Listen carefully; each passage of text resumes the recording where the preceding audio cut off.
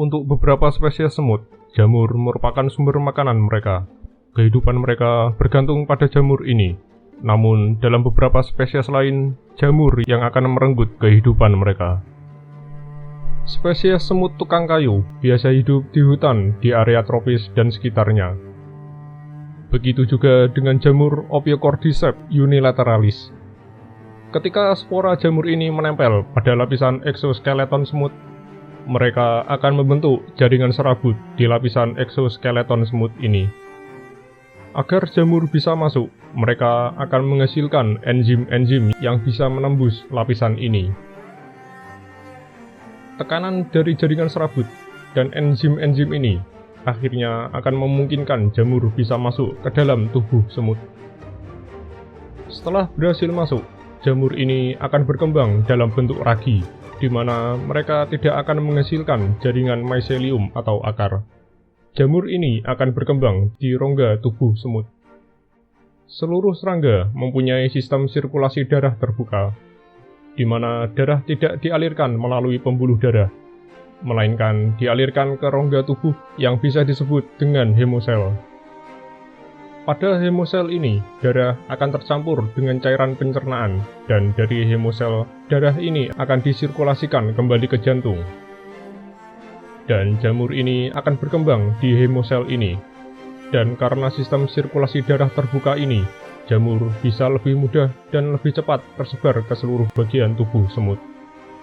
Selama dalam fase ini, perilaku semut akan tetap sama seperti biasanya, seperti mencari makanan bersama koloninya. Dan jamur ini akan berkembang di seluruh bagian tubuh semut sampai jamur ini tumbuh di otaknya. Ketika sudah berada di otak, jamur ini akan menghasilkan senyawa kimia yang akan mempengaruhi perilaku semut. Semut akan lebih aktif dibandingkan semut lainnya, dan dia akan menolak untuk mencari makanan bersama koloninya. Para semut lainnya bisa mendeteksi jika ada yang salah dengan semut ini, dan mereka akan membuang semut yang terinfeksi ini dari koloninya. Dalam beberapa kasus, semut yang terinfeksi ini bisa pergi sendiri dari koloninya. Dan dalam fase ini, secara teknis semut ini sudah meninggal.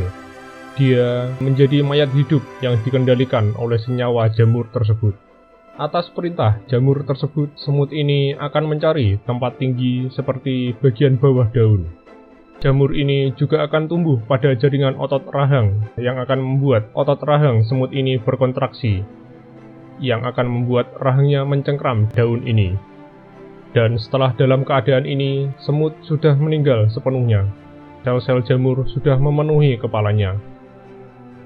Setelah sekitar 2 hari dari kematian, batang utama jamur akan mulai tumbuh dari belakang kepala semut. Jamur ini akan terus tumbuh dengan mayat semut sebagai sumber asupan makanannya. Dan jaringan akar juga akan mulai dihasilkan untuk memperkuat ikatan pada daun ini. Setelah sekitar 7 hari sampai 2 minggu, jamur ini akan bereproduksi, dan spora jamur akan disimpan pada kantong yang ada pada batang utama. Dan ketika waktunya sudah sesuai, kantong ini akan melepaskan spora jamur baru agar bisa menginfeksi lebih banyak semut.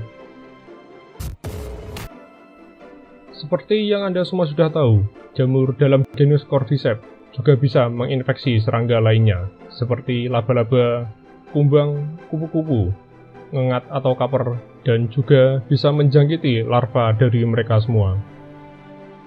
Sedangkan jamur dalam genus Ophiocordyceps akan menginfeksi semut, tawon, kumbang kecil, dan capung. Lalu, apakah mereka bisa menjangkiti manusia? Tentu saja tidak, karena sistem imun kita lebih baik daripada serangga. Dan karena suhu tubuh kita berkisar di 37 derajat Celcius, yang mana jamur tidak bisa hidup pada suhu tersebut. Dan ya, karena video ini cuma rangkuman, kalau saya ada salahnya tolong dibenerin di kolom komentar gitu kan.